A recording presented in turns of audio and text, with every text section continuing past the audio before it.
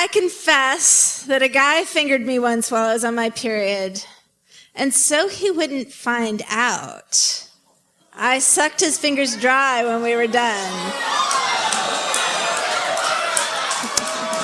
Well, that's a very creative and pragmatic solution to the problem.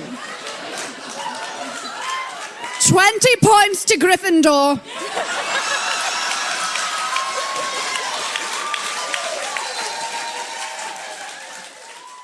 This podcast is intended for those 18 and over. If that's not you, please check out scarletine.com and come back to this podcast when you are of age. Thank you for listening to the BedPost Confessions podcast. BedPost Confessions is an Austin, Texas-based monthly reading and performance series about sex, sensuality, and the steamy side of life. Between performers, we ask audience members to anonymously submit anything worthy of a confession, which is then read aloud by one of our producers. The performance you're about to hear by Devon Tinckell was recorded on April 18th, 2013. Here is Devon. I'd like to start this off with some words of wisdom from the immortal Cyndi Lauper. She bop. He bop. A wee bop. I bop. You bop. A they bop. This talk is about masturbation. Whacking it, jacking it, jerking it, working it, whatever you want to call it. It's a private pastime I suspect many in this room enjoy. Notice how I said private. Unless you're part of the Cocks Out Club on chat roulette, or just very lax about clearing your browser history. Masturbation habits are something we tend to keep to ourselves. In my multiple attempts at writing this piece, I've come to realize that since masturbation and its frequent partner in crime, pornography, are such private activities, it would be wrong to write this in sweeping generalizations. I don't know how he, she, they, or you bop. All I can tell you is how I bop. This is BedPost Confessions, after all. But through this confession, it is my hope that some of you will make a connection. I'm 27. This means I hit puberty right around the time AOL began their carpet bombing campaign on American mailboxes. Whereas previous generations snuck peeks at dog-eared Playboys, I used Metacrawler to find nude photos of Ginger Spice and schemed ways around AOL's parental controls. By the time I hit high school, internet restrictions had crumbled like a Play-Doh levee in the face of a Category 5 hurricane of hardcore pornography. As a hormone-addled teenager with access to a magic box of limitless smut, albeit a magic box only accessible in the doorless, privacy-challenged office of my family's house, parents gone meant porno on. Each day I'd return home from school at 2:15, while my dear mother didn't get home from work until 3. That meant a 45-minute buffet of 56K dial-up pornography.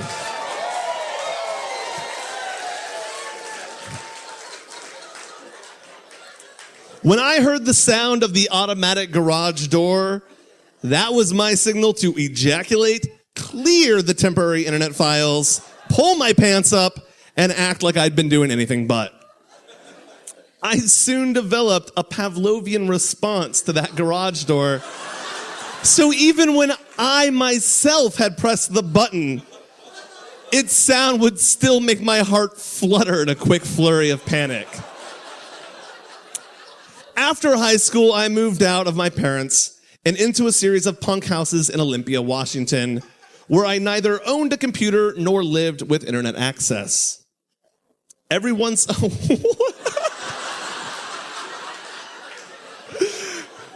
Aww. Facebook didn't exist. You just checked MySpace in your email and you signed off. Every once in a blue moon, I'd purchase a magazine from a porn store, use it for a few weeks before throwing it away, and then return to the timeless classic of fantasizing about people that I knew who I might like to have sex with. It was only a few years later that I visited home and realized that while I'd been living my low-tech lifestyle, DSL and streaming video had combined forces to double penetrate the gaping orifices of online pornography. I felt like Rip Van Winkle, falling asleep next to a horse-drawn carriage and waking up in a world full of flying cars and high-speed internet porn. In 2008, I moved to Austin, enrolled in college, and acquired my first computer.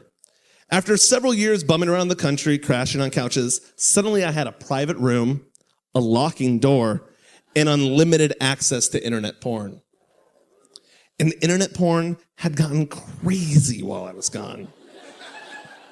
I've always been drawn more to the amateur and authentic side of smut than the processed silicone and peroxide of Southern California. And thanks to streaming video, real people all over the world were now uploading videos of themselves, sucking, fucking, stripping, squirting, and oh, so much more. Now, I don't know about you, but this is how I use internet porn. Firefox, private mode. Dozens of tabs open. I move from one video to the next. ADD and overdrive, fast forwarding through even 60-second clips. Opening 10 new tabs for every one I close. I can do this for hours. A quick jerk before bedtime ends up as bleary-eyed exhaustion at 6 a.m. Because with internet porn, there are no limits. No last page of the magazine. No final scene of the DVD. No end of the road. Anything I can think of, any combination of nouns and adjectives, can be found in seconds. Busty plus teen. Facial plus MILF. Redhead plus anal. British plus gangbang. Amateur plus blowjob. In a single session, I probably view over 100 different girls. To date, I've probably seen enough unique naked girls to populate a mid-sized American city. Fairly quickly, I started to question if this might be too much of a good thing. I was dating, I had girlfriends, I had casual sex, I worked, I went to school. I was not a lonely loser orgasming myself into oblivion. But I became frustrated by how quickly, I've got 4 hours before class, I'll get some work done, turned into me frantically tissuing jizz off myself, already late to class. I started wondering if exposing myself to an endlessly novel, but entirely artificial, procession of visual stimulation while feeding my brain masturbatory endorphins was really a good idea. And while my habits weren't out of control, I certainly couldn't control them. No matter how many times I promised myself, no porn tonight, I'd find myself staring at the screen, pants down, dick in hand, the moment I got home. This became quite the conundrum. I could not get rid of my computer. I needed it for school, work, life, everything. But I really wanted to stop wasting so much time masturbating online. So I started quitting. I would generally make it about a month, then relapse for about another month or so before building up the willpower to quit again. That's when I started noticing the difference. When I wasn't using internet porn, I felt better, more confident, more productive, more outgoing, more successful with girls. Just better.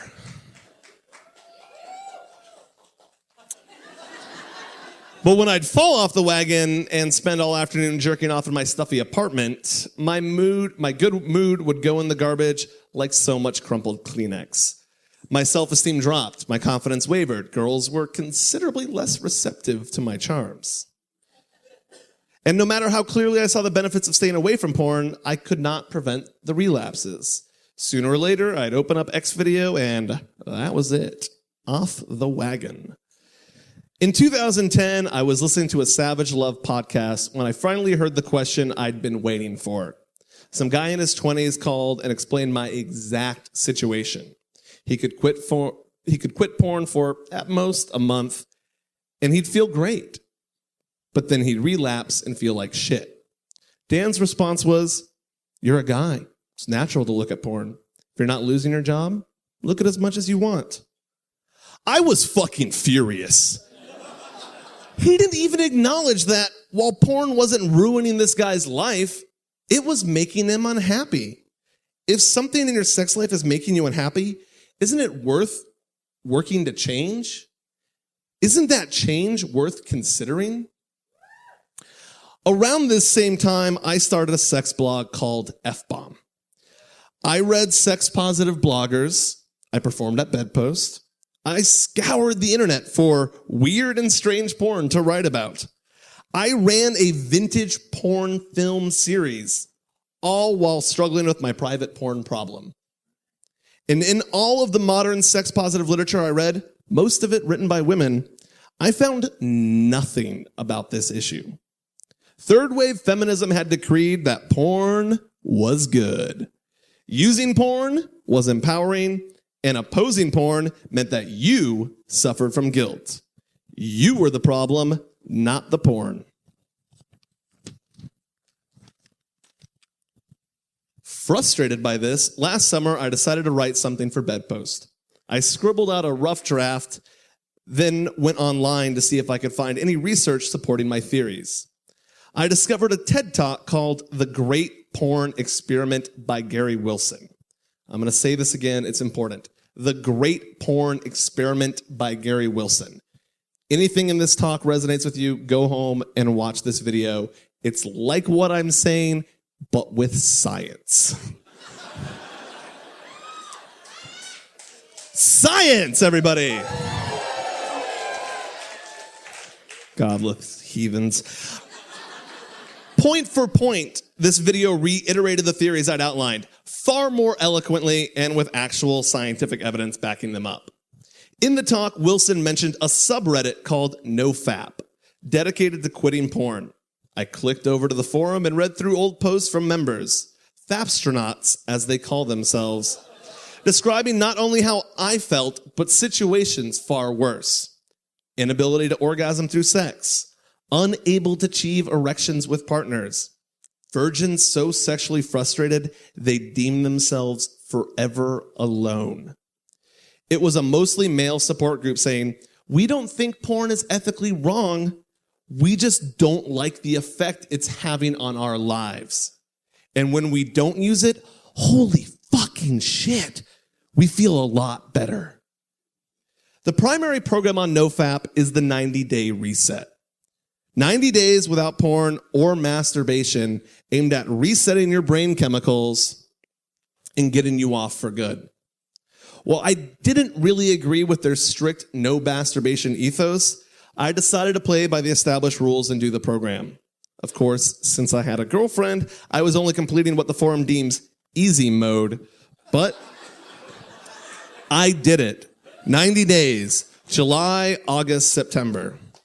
Now, I'm going to go off the script for a minute. We all laughed at easy mode. But think about this. Like, I'm lucky enough to be competent, social, able to have partners, and this was hard for me. There's people that have never had what so many of you in this room take for granted, the ability to go talk to the same sex or the opposite sex, to find partners, to find multiple partners. There are people that didn't have that, and they're doing this. They have an easy way out, and they're doing that. And that takes a fuck lot of strength, more than I think I have in myself.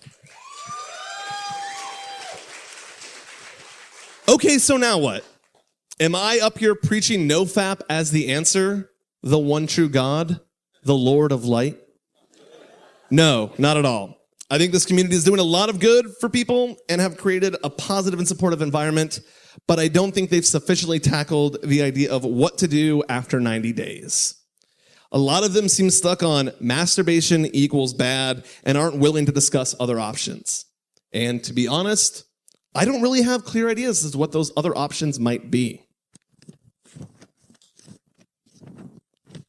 I think internet porn is the fast food of human sexuality. Overloading our taste buds and brains with fat and salt. It's artificially delicious, yet leaves me feeling sick and hollow. I believe that there are organic options on the menu. Fantasy-driven masturbation, high-quality erotica, plot-driven vintage porn consumed as a sit-down meal rather than an online buffet of endless empty nibbles. But it's a slippery slope. I frequently feel like a recovering alcoholic who would love to enjoy a beer with dinner, but doesn't want to risk a full-blown whiskey-soaked relapse. Since finishing my 90 days, I've fallen off the wagon more than a few times. But thankfully, getting back on track has been easier than ever. I was not raised with any religious restrictions on sexuality. I don't believe in censorship. I don't consider myself a sex addict, although I do believe they exist. And I don't think porn in and of itself is a bad thing. In fact, I know way more about golden age pornography than I probably should. But I do think that the internet has opened Pandora's box. The one hidden on the back shelf of Pandora's closet. And since masturbating to porn is something we've been taught to do privately, secretively, it's harder to admit or even understand when it's causing problems. So let's talk about it. Because after all, we all bop. Thank you very much.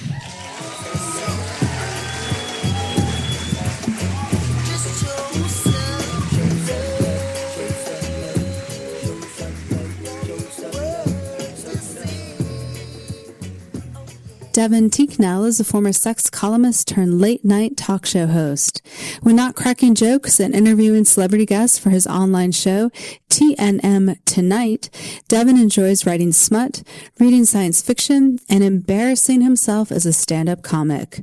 For more info, visit tnmtonight.com. BedPost Confessions is produced by myself, Mia Martina of the I Want Your Sex podcast at miaontop.com, Sadie Smythe of That's What Sadie Said.com, Julie Gillis of juliegillis.com, and Rosie Q of sayprettybird.blogspot.com. Podcast audio production by Ian Danskin at innuendostudios.com. You can find links to all of our websites and more information about BedPost Confessions at bedpostconfessions.com. You can also confess with us at BedPost Confessions on Facebook and BedPost Confess on Twitter, where we tweet audience confessions. Chime in and add yours. Until next time, we'll leave you with a few other confessions from the audience. I confess my crush had me on such anticipation high. I came while listening to the guitar solo in November Rain. While at my desk at work. God, I wish I had that on my iPod right now to play that, to bring it up. I confess, I have not had an ejaculate orgasm in 53 days, and I am as horny as I was as a teenager. Raise your hands!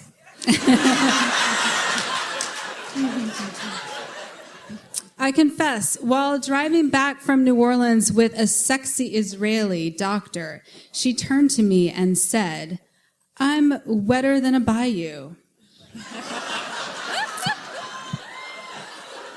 After substantiating that claim for 30 minutes, we had no choice but to pull over and finish off in what turned out to be a strip mall church parking lot.